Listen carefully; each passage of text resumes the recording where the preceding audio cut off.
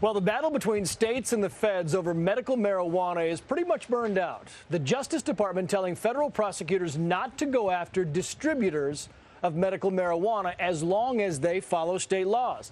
Under the Bush administration, the feds upheld marijuana laws, despite some states allowing the drug for medicinal purposes. 14 states now allow some use of medical marijuana: Alaska, California, Colorado, Hawaii, Maine, Maryland, Michigan, Montana, Nevada, New Mexico, Oregon, Rhode Island, Vermont, and Washington. Bruce Mirken is a spokesman for the Marijuana Policy Project. Bruce, you think this is a huge step forward for your group?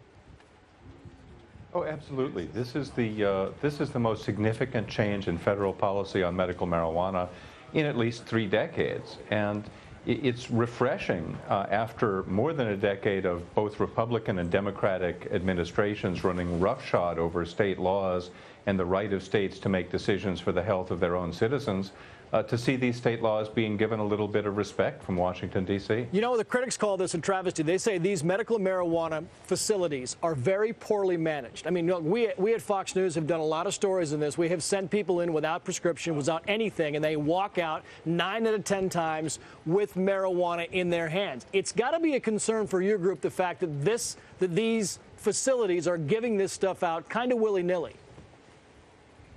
Well, the fact is that that's a pretty gross oversimplification. There are certainly some folks out there, let me finish.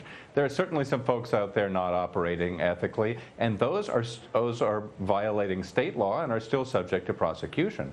What you're seeing more and more is state licensing and regulation of medical marijuana providers in New Mexico and Rhode Island, for example, where things are being run much more tightly. But you look at San Diego, Bruce, you've got 8 facilities in San Diego, California that are permitted.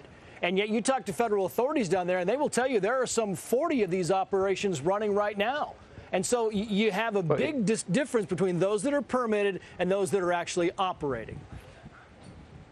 Well, and the point is that cities and counties or states need to regulate these facilities appropriately, and nobody's arguing with that.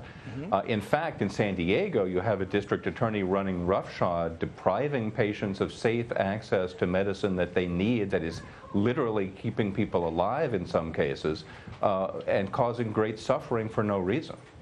Bruce Mirken, thank you, sir. I appreciate it. Thank you. Martha?